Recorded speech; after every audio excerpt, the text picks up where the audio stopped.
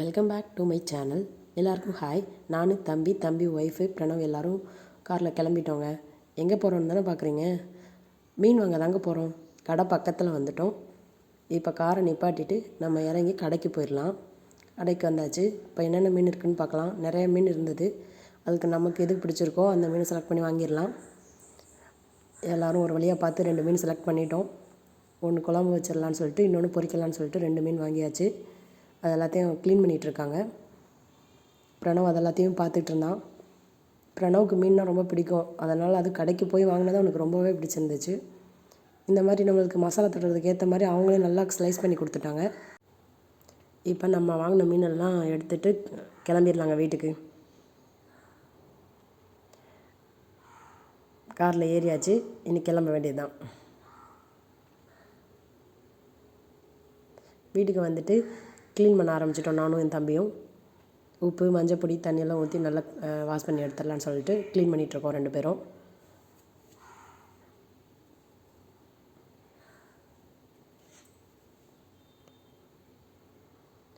அவங்களே அங்கே கடையில் நல்லா க்ளீன் பண்ணி கொடுத்துட்டாங்க. இருந்தாலும் நம்ம வந்து உப்பு மஞ்சப்பொடி போட்டு கழுவுனா கொஞ்சம் நல்லாயிருக்கும்.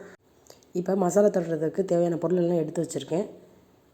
இப்போ மிக்ஸி ஜாரில் கருவேப்பிலை, இஞ்சி, வெங்காயம், வெள்ளைப்பூடு, மிளகாத்தூள், அரிசி மாவு, சோள மாவு, லெமனு எல்லாத்தையும் பிழிஞ்சு விட்டுறலாம். உப்பு தேவையான அளவு போட்டுட்டு எல்லாத்தையும் நம்ம அரைச்சிட்டு வந்துடலாம். இப்போ நம்ம அரைச்சி வச்சிருந்த மசாலா எல்லாத்தையும் மீன் மேலே நல்லா தடவிடலாம். அந்த ஸ்லைஸ் பண்ண இடத்துல எல்லாத்தையுமே உள்ளே போகிற மாதிரி நல்லா தடவி விட்டோன்னா மசாலா எல்லாமே உள்ளே இறங்கிடும். நல்லா தடவி விட்டுடலாம். நம்மக்கிட்ட இருக்க எல்லா மீன்லேயும் மசாலா வந்து தடவி வச்சிடலாம்.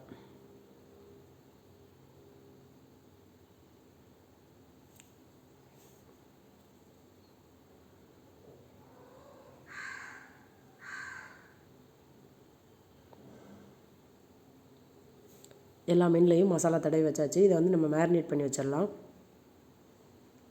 இன்னொரு பிளேட்டில் மாற்றிடலாம். அப்போ தான் நல்லா வந்து நமக்கு மசாலாலாம் ஒட்டும்.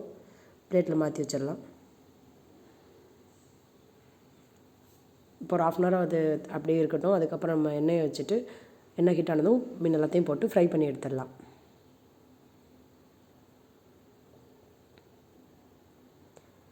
நல்லா அடுத்தடுத்த பக்கம் திருப்பி விட்டுட்டே இருக்கணும். திருப்பி விட்டு நல்லா வெந்தோடனே நம்ம வந்து இப்போ எடுத்துடலாம்.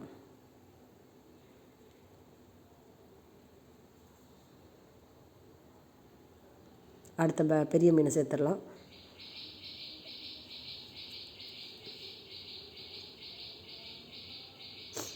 திருப்பி விட்டுடலாம். திருப்பி விட்டு நல்லா வேக விட்டுறணும்.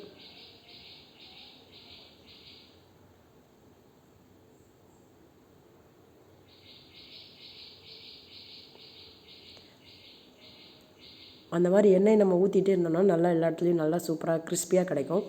இப்போ பிளேட்டில் மாற்றிடலாம். நெக்ஸ்ட்டு ஒவ்வொரு மீனாக போட்டு பொரிச்சிடலாம்.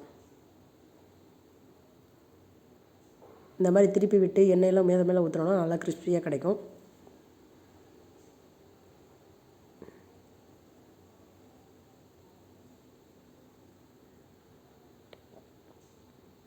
ஃபிஷ் ஃப்ரை சூப்பராக ரெடி ஆகிட்டே இருக்குது.